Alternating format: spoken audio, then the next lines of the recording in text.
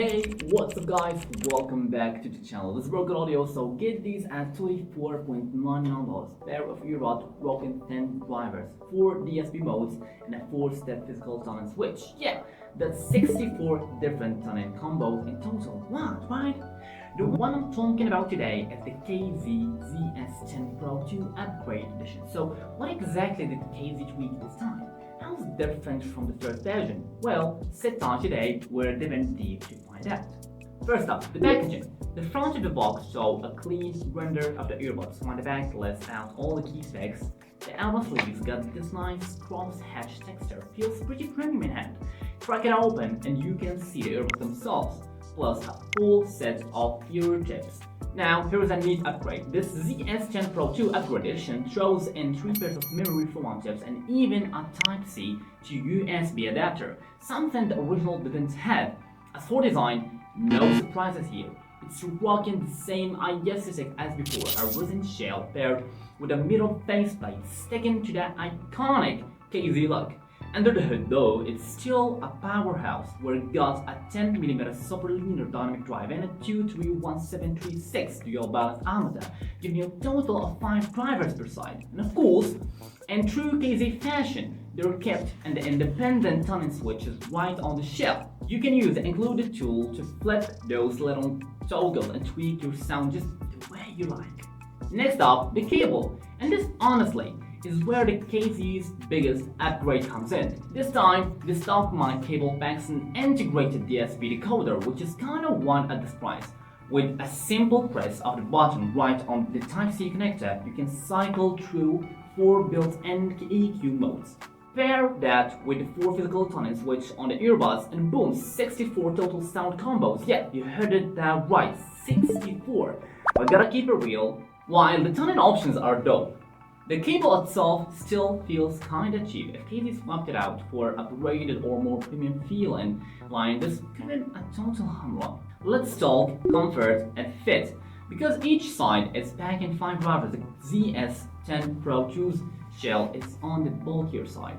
Adding the wide, slightly long nozzle, and you can probably guess what happens. After longer listening sessions, you may start feeling the pressure build up in your ear canal. If you've got small or medium ears, the housing might also press a bit against your outer ear ridge. Another small grip. The nozzle diameter is pretty chunky, but the included silicone and foam tips have narrow bores, which means swapping them out takes some comfort. Now, let's dive into the sound performance. The ZS10 Pro 2 comes with so many tuning options, but for this review, I set all 4 physical switch it off, going with the standard mode. I set 5 sound setups, standard mode with the stock silicone tips combined with the 4 original DSP AP modes, plus 1 setup using memory foam tips. Full disclosure, my sound impressions are based on my personal listening experience.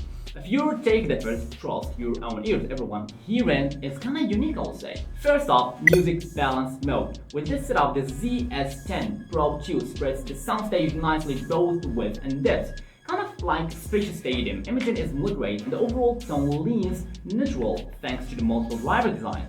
Instrument separation is solid, highs extend well with decent detail, though the power and the treble feels a bit mild. And string articulation isn't super defined, mids are clear, but not very dense. And sibilance is handled okay, just a touch that adds a slightly lively, playful vibe.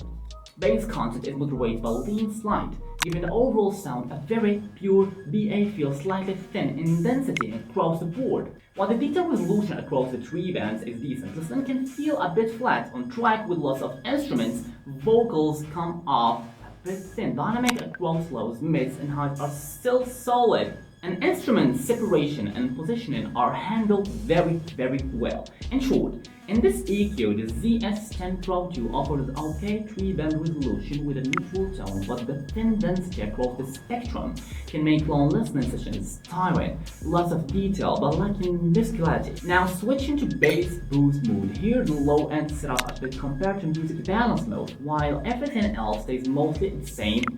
Since the mids and highs don't gain any extra density, the vocals on some tracks can sound a bit pulled back. And with that same light, airy texture across the spectrum, the overall presentation still feels a bit weightless.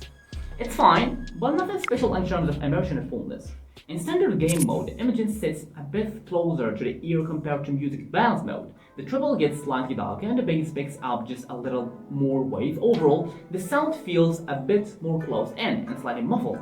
This tuning likely aims to emphasize in-game sound effects like footstep or gunfire, but for music listening, the result is just so nothing particularly engaging. Switching over the immersive game mode, you can clearly feel the imaging pull even closer with soundstage touching up.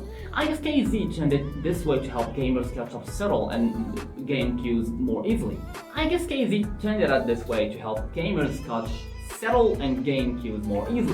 The treble extension drops a bit, while the bass quantity climbs farther, giving the whole sound a slight inward, condensed feel. It's clear KZ wanted to create a profile with denser frequencies, sharper separation, and stronger positional awareness for that explosive battlefield vibe.